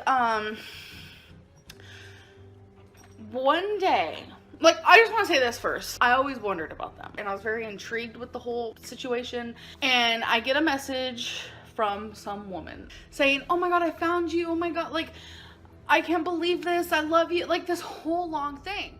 As she spoke, Amber's demeanor, facial expressions, and the way she looked around for words made it seem like she was trying so hard to come up with the story. It was as if she was making it all up, just looking for ways to keep her audience engaged and interested. And then I look again, and it's like these other girls just like, oh my god, hey, like, I love you, and I can't believe this, and I hope you get back to me. I'm like, who are these people? Like, what? Now that's starting to get confusing. Who says something like that to someone they've never even met? It's an odd thing to hear, especially when you think about it. Why would someone who's never had any relationship with Amber suddenly want to get her back? The whole story just didn't quite add up. It was my aunt, which is my mom's sister, found me on MySpace. Like, how? Like, I messaged them back so splickety quickly. Like, my aunt has completely stopped talking to me. In December, she blocked me on Facebook, and the reasoning is because I'm fat. I'm not kidding. The truth is it's because I'm fat. She told me specifically in December that she's tired of watching me self-destruct myself. Stop watching my YouTube then. Cool. But why cut off all communication with the person that you tried so hard to find when I was younger? If my aunt is watching this, which I hope she is, which I don't know if she is, it's confusing that my aunt, knowing that I have a binge eating disorder and I have a food addiction, would just give up on me because I am fat. I don't understand what I did wrong. I didn't do anything wrong, and I think it's ridiculous because this is probably not something I should say, but my aunt used to have a drug addiction and she beat it. I'm not kidding. The truth is it's because I'm fat. Amber claimed that all of this drama happened on MySpace of all places, and she said that when her aunt messaged her, she responded right away. Her dramatic gestures as she told this story made it clear that she wanted people to enjoy the performance she was putting on. But then things became more interesting. Amber went on to say that her aunt eventually blocked her, and the reason she gave for doing so was that Amber was fat. If her aunt was the one who reached out to Amber first, wouldn't she have seen what Amber looked like before sending the message? The whole situation just feels off. If her aunt had already recognized her and initiated contact, why would she block her soon after over something like her weight? It doesn't make sense. Amber claimed that her aunt blocked her because of her weight, saying it was because she was fat. But if you look closer, it seems the real reason her aunt cut off contact had more to do with Amber's behavior online. Her aunt probably noticed all the lies, manipulations, and attention-seeking antics Amber was pulling for views and tried to talk some sense into her. When Amber didn't take the hint and continued with her problematic content, her aunt likely decided it was time to end the connection. Amber, on the other hand, seemed to make it all about her, claiming that her aunt had been looking for her since she was a child. So why would she just block her now? It was as if Amber was suggesting that her aunt needed this connection more than she did. And after finally reaching out, her aunt shouldn't have let it go so easily. Amber even mentioned that her aunt told her she couldn't stand to watch Amber self-destruct with her online behavior. But in the end, Amber tried to brush it all off, saying it was just because she was fat. I don't understand what I did wrong. You must have done a lot of wrong, Amber.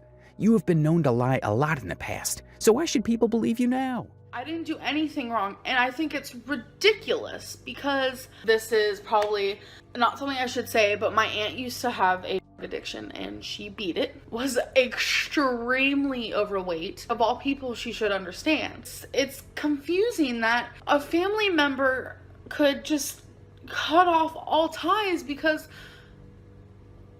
I'm fat. With the body-shaming tactics out of the way, Amber shifted to a more personal attack on her aunt, painting her as someone who hated fat people. Amber claimed that her aunt had struggled with drug addiction and was once overweight. If Amber's aunt had overcome both of these challenges, it was understandable that she would only associate with people who shared her mindset of self-improvement. However, Amber, being in love with food, admitted that she wasn't ready to lose weight and make the necessary changes in her life. Instead of focusing on her actions, Amber redirected the conversation, using her aunt's past to deflect from her unwillingness to take responsibility for her health. I understand I have problems and I have issues, and I feel like what makes those problems and issues escalate into like a bigger like whole thing is when people give up on me. I have been given up on by every single person I've ever known. It's frustrating to hear Amber claim that people giving up on her is the reason why she's overweight. That's just annoying to hear. She's not taking any responsibility for her own choices or the fact that it's ultimately up to her to make the necessary changes. Amber's constant excuses and deflection make it hard to take her seriously. No amount of support, whether from a real or imaginary aunt, is going to change the reality that Amber needs to decide for herself to work on her health. And it's like, for my aunt to snoop down to these like levels is just, I just really needed to talk about this, because it's like I have so many emotions and like thoughts, and like everything is just like in my head like a crazy person. The only person who is like confused about the whole thing and who thinks it's a shitty freaking move is my girlfriend. It's completely fair that her aunt wants nothing to do with her if Amber isn't willing to improve or take responsibility for her actions. It's not about snooping down to any level, as Amber said. It's about Amber's unwillingness to listen to advice or take warnings seriously. She just does whatever she wants without thinking about the consequences, and that's what drives people away. But just as always, Amber came online afterward to clear the air on what she said about her aunt. And I feel like I need to kind of admit to some things that I have lied about. I'm not a liar. Amber seems to contradict herself sometimes. She claimed that she wanted to admit to things she lied about in the past, but then also said, "I'm not a liar," in the same breath. How does that even make sense? If you've lied, especially if you've done it consciously, then you're a liar, plain and simple. The real issue is when someone can't even own up to the fact that they're lying. It's like being caught in a lie and then trying to wiggle out of it by claiming you're not a liar. That's a whole other level of dishonesty. If you can't admit when you're wrong or own up to your actions, it just makes everything worse. I shouldn't lie. So if you guys remember my aunt situation, this was a while ago though. When I uploaded a video about how my aunt doesn't talk to me anymore because I'm fat. I ended up talking to her and my cousins regarding that video. I had no idea they were gonna see it. I had no idea my aunt even watched my YouTube anymore. They were greatly offended. In this video, just 3 months after she spoke about her aunt blocking her because she was fat, Amber claimed that she thought her aunt would not see the video she posted. But in the earlier video, she said that she hoped her aunt would watch the video. Her aunt later did, and Amber claimed that her family was greatly offended by what she said. If she was telling the truth, as she claims, why would her family be offended? If she's being honest, there shouldn't be any reason for them to react that way. She says she's not a liar, but if her family's upset by what she said, it suggests there might be more to the story. If Amber truly believed what she said was the truth, why is she trying to act surprised that her family was hurt? But at the time, I was vulnerable and I was upset, and I really felt like blaming my weight on everything was just like the easiest way to go. It's hard. Like, I have a weight issue and I have, mental issues that cause, me to be bigger. And I kind of wanted to ignore all that and just be like, oh, my aunt doesn't talk to me because I'm fat. I just thought it would be easier. Just like I predicted earlier, her aunt didn't block her because Amber was fat. Amber is now admitting the truth. She said that she was frustrated and looking for someone to blame for her own irresponsibility, and the first person that came to mind was her aunt. I pushed her away because of just who I am and how I am as a person. It's really not has anything to do with my weight. No, my aunt, she didn't stop talking to me because I'm fat. She stopped talking to me because of the issues I brought upon her, I guess. Amber is also admitting that she pushed her aunt away with the issues she brought into their relationship. However, she's being clever enough not to talk about the specifics of those issues because she knows deep down that she's at fault. If she were to bring it up, it would make her look bad, and she doesn't want to take full responsibility in front of her viewers. By not offering a real apology for lying about her aunt and painting herself as the victim, Amber left a lot of unresolved tension. Eventually, her aunt decided to step in and clear the air.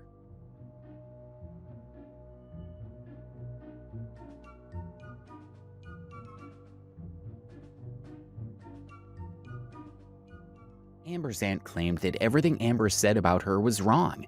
Whenever she tried to clarify the situation in the comments, her messages were deleted by Amber to keep the narrative intact and prevent the truth from coming out. In an attempt to set the record straight, Amber's aunt offered to respond directly to anyone who wanted to know the truth, asking them to send her a private message. When Amber's aunt was asked if she had tried to reach out to Amber to discuss the issues more directly, this is what she said.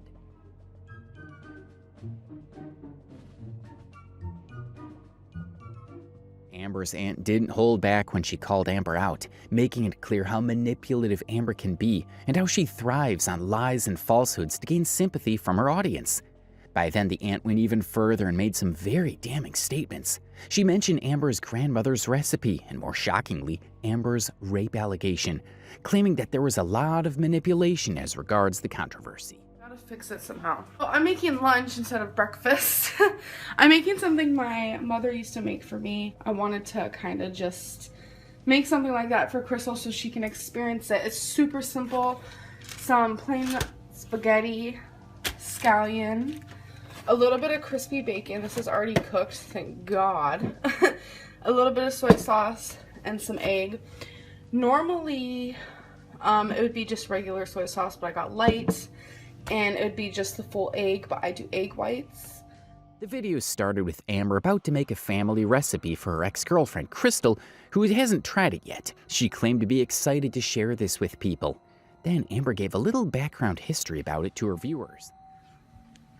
I remember the first time my mom ever made it, I was just a pee-wee little squirt way down here. I was really tiny, and every time she'd ask, okay, what do you guys want for dinner? I'd always say grandma's recipe. because that's what she calls it, because it was her grandma's recipe. It's really close to home. I do miss her a tonnage because she has her own life. She's homeless. She's going through like a lot. Amber shared a story about how when she was young, she always wanted her mother to make the family recipe for them. Then she went on to mention an unnecessary detail about how her mother is currently homeless. Amber expressed that she feels bad for her mother, but the way she brought it up felt a bit off topic and didn't add much to the conversation. Then she went on to make the food.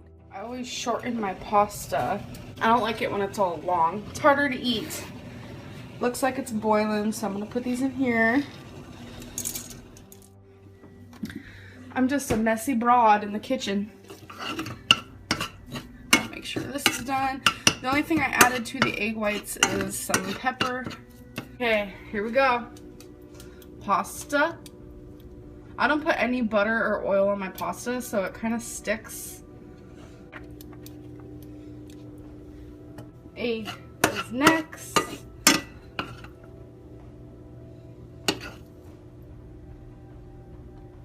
Then we got ourselves our bacon, soy sauce. Gotta be careful. Don't want to put too much. Oh, it comes out easy. And then, this is my favorite part of the whole meal. Topping it off with some scallion. So, that's the final product. Here you go, Crystal. This one's yours. We just got done with eating. Did you like it, Crystal? Oh, it was really good. She said it was really good if you guys didn't hear her. Once the food was ready, Amber took it to Crystal, who ate it gracefully. However, Amber didn't record Crystal's facial expressions when she took the first few bites. After Crystal finished eating, Amber went to her with the camera all over Crystal and asked if she enjoyed the meal. And of course, Crystal said it was good. So since she's a picky person, I was like, oh my god, she's not gonna like my family tradition food, but she liked it, so that's all I'm happy about. Given that Crystal is known to be picky about food, there's a strong possibility she didn't enjoy the meal but simply said it was good to spare Amber's feelings. Crystal probably didn't want to hurt Amber's pride, especially since Amber was eager to get positive feedback for the family's traditional recipe. The pressure was high. And if Crystal were to say the food was bad, it could have led to problems, and Amber's feelings would have been hurt. So when one of Amber's viewers asked why Amber lied about the spaghetti being their family recipe that was passed down from generations, Amber's reply was ridiculously stupid. Amber said that it was her mom's grandmother's recipe, but Amber's mom and Amber's aunt share the same grandmother. If Amber's aunt claimed that there was no such recipe, it would mean that Amber either lied about it, or her mother sold her the idea when she was young to make her believe it so she would enjoy eating the food. This isn't the first time Amber has been caught being manipulative. After her breakup with Crystal, Amber, despite being homeless, quickly started a relationship with Destiny and moved into her home. Within the first week of staying at Destiny's place, Amber wanted to get a cat, since Destiny already had so many. However, there was one problem. Destiny had already reached the limit of cats she could have in the house. Oh my goodness. Gracie? She whines all the time. Earlier, I was letting Leia out, the puppy. I had the door open, and I swear to God, a giant ass spider hopped into the living room. I was like, oh my God, what do I do? And Leia was already outside. I didn't have a leash on her. I didn't know what to do, so I ignored the spider for half of a second, and I hurried and grabbed Leia. And then all of a sudden, Gracie, my cat, well, Destiny's cat, she goes booking it outside, running like a ninja. And I ran out that door like the speed of friggin' lightning. In Amber's story, she talked about going out with one of the cats when she encountered a giant spider. Startled by the sight of the spider, she tried to grab the cat, but in the chaos, the other cat, Gracie, bolted out of the house. Luckily, Amber managed to catch up with Gracie and bring her back inside. Our cat got out last night. Not when she got out for me, because I caught her and catched her. We're thinking she wanted to do it in her next opportunity, and she did. We're thinking our friend Jessica didn't notice, but Gracie ran away. Now we're gonna try to find her. It's funny how Amber keeps referring to the cats as our cats when it's clear they were actually Destiny's cats. Amber claimed that after the first escape attempt, Gracie found a way to get out of the house and leave the building. But how did that happen? Amber didn't share the details. All these cats were perfectly fine in Destiny's house before Amber moved in, and suddenly one of the cats went missing. Don't be sad. We'll find her. And if we don't, I'm hoping she's in a good place. Because there are people out there who take cats, you find them and they'll take care of them. We can see that Destiny is feeling bad about her cat being missing, and Amber is trying to calm her down. Amber reassured her, saying that they would find the cat, and if they didn't, there would be people who would find Gracie and take care of her. It's likely that Amber was just trying to comfort her, but some of her viewers started to accuse Amber of being behind the missing cat. They speculated that Amber wanted a pet of her own, and to make room for that, she could have been involved in Gracie's disappearance. If this theory is true, it leaves people wondering what Amber might have done to the poor cat to make her vanish so completely. Making flyers. For Gracie. How many more do you have to make? 4 more. How are you feeling right now? Sore. There's our couch, by the way. It is so cute. Destiny wasn't ready to give up on her cat. She took the initiative to make flyers, hoping to find Gracie. However, Amber's response was less than supportive. She asked, "How many more are you going to make?" As if she were tired of the effort Destiny was putting into finding the cat. It almost seemed like Amber hoped Destiny would just give up quickly, making it easier for Amber to have things go her way. Frustrated with the whole situation, Amber abruptly changed the subject, bringing up how cute their couch was. Still haven't found my cat. Sorry. Yeah, we still haven't found Gracie. She's talking to her mammy. Her mammy wants to help. There's a secret fund. You guys have no idea what this stands for. It's going to be a secret. Right now there's only change in here, but tomorrow there will be some big bills. I'm so freaking excited. Unfortunately, the cat wasn't found, and Destiny held on to hope, still waiting for something to happen. Meanwhile, Amber was secretly saving up money. She posted a video claiming that she was planning a surprise for Destiny in relation to the situation, but it wasn't clear what exactly Amber was planning. I'm sure you guys could figure out that Wasabi Fun means we are getting a kitten. The reason why I call it the Wasabi Fun is because for years and years now, I have wanted my own cat of my own that I adopted myself, and I really wanted to name it Wasabi. After a few days, Amber informed Destiny that they were planning to get another kitten. Amber made it seem like the new cat would help fill the void left by Gracie's disappearance, a way to soothe the sorrow in Destiny's heart. But when Amber casually mentioned that she had always wanted a cat of her own for many years, it became clear that the whole thing had been planned from the start. If Grace hadn't gone missing, Amber's dream of owning a cat would likely never have come to fruition. It's likely Amber hadn't had the chance to own her cat before because she never had a place of her own.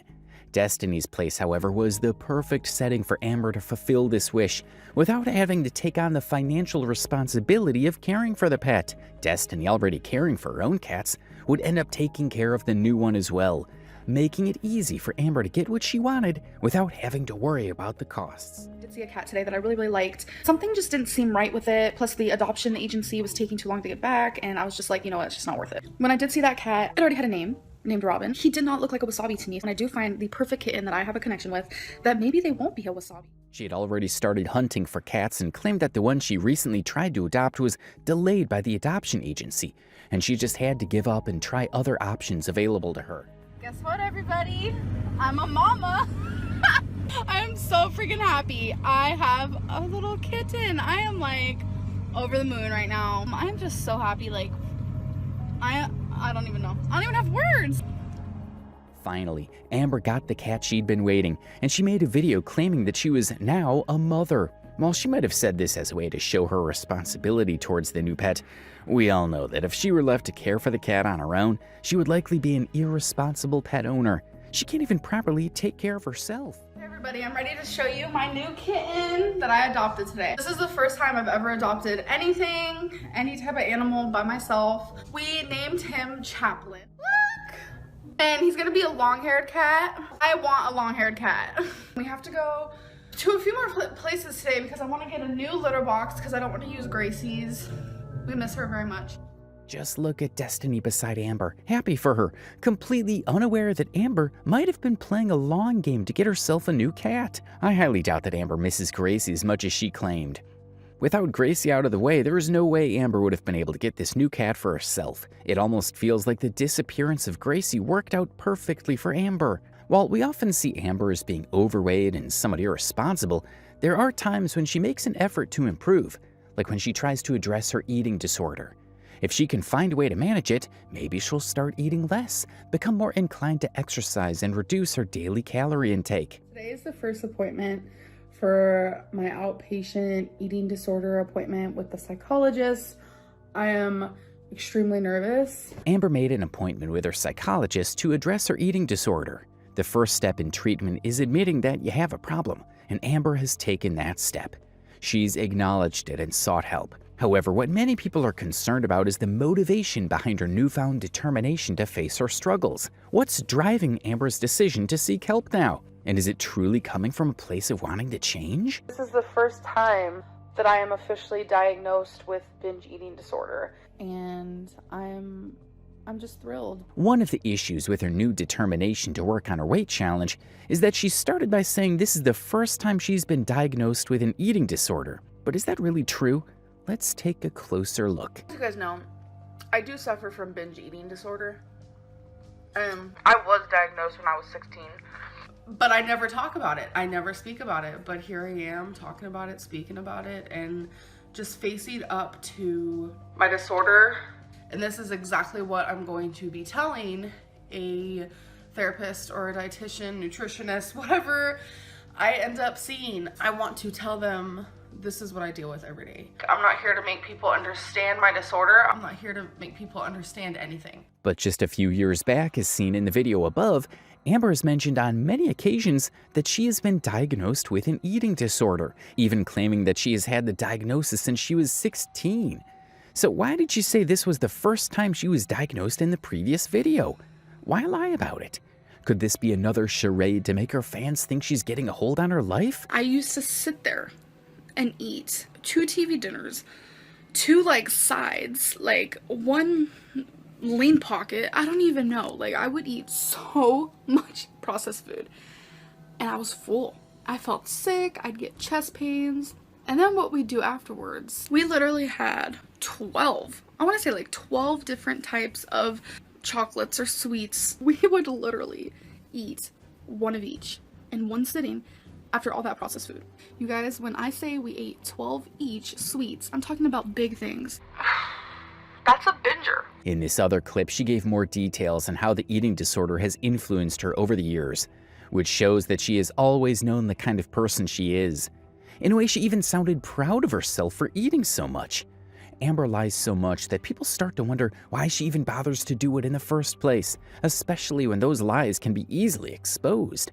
Let's take her schooling controversy as an example. A curious person named Narcissistic Goddess, let's call her NG, contacted Amber about her qualifications.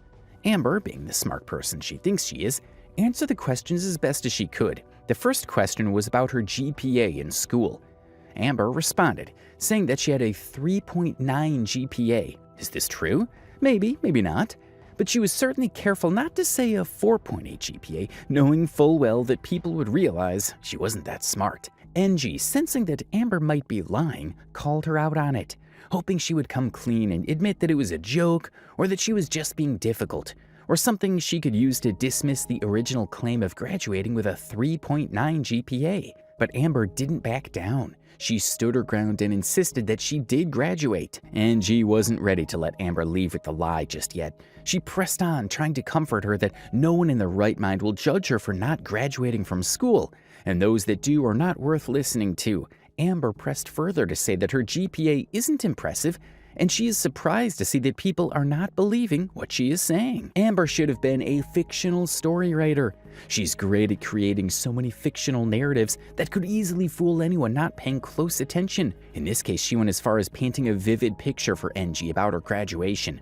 She included details like walking across the stage to collect her diploma, her loved ones cheering her on from the crowd, and even her teacher buying her the graduation outfit she wore. She intentionally added these details to show how loved she was by everyone, including the teachers, and to make her graduation ceremony sound eventful. When NG realized Amber wasn't backing down, she decided to test her mental capacity by asking about her IQ and any standardized tests she had taken in the past. Amber claimed she loved taking standardized tests and even had taken a free Harvard IQ test, saying her IQ is above average. Personally, I think all of this is just a lie.